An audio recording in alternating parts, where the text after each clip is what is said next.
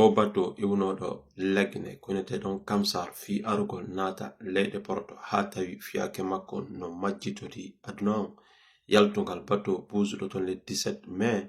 kamsar ko fi on yewtotoma ɗo. Assalamu alaikum, on hiwɗama on salminama on landama tawi ɗon jam natoɗi on maximum sakutugol o vidéo ɗo jeunesse guinéen on surtout fulɓe ɓen hettom parce que ko kamɓe ɓuri hiɗude yaadu. Heɗite o message ɗo wajitoro ɗon mo peut-être on nafitoraymo. O bato ɗo yaltuno leydi legne koyneteɗon kamsar le 17 mai fi arugol nata leyɗe porto. Ɓe ari ha ɓe hewti leydi Maroc tawi joni ndiyam maɓɓe ɗan lanni ñamete lanni tawi ɓe woɓɓe welama.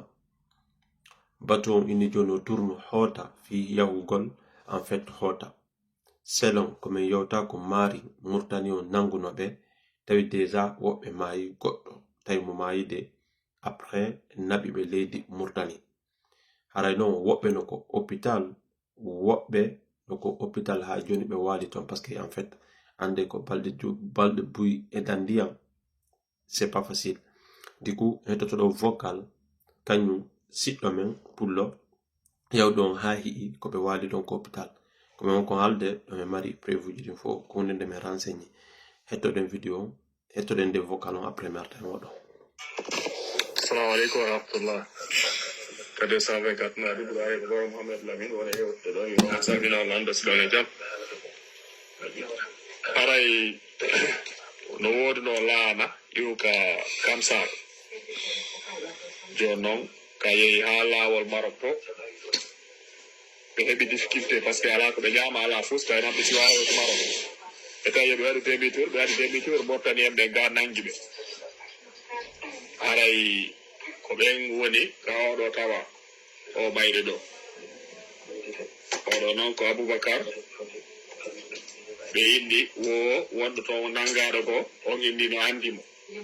kamɓe wondino ko Aboubacar o inete jon noon mi anda après mi arti kadi ka hôpital min tawi tato kadi ɓe nder ton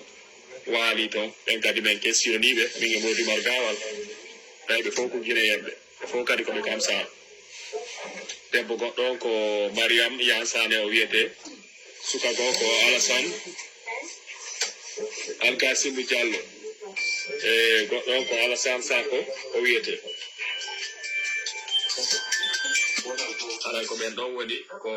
Diku onon falaɓe humpitade en plus no wawi min noddude ko numéro jam e ma winda non ɓen après o feƴƴino ɗo layno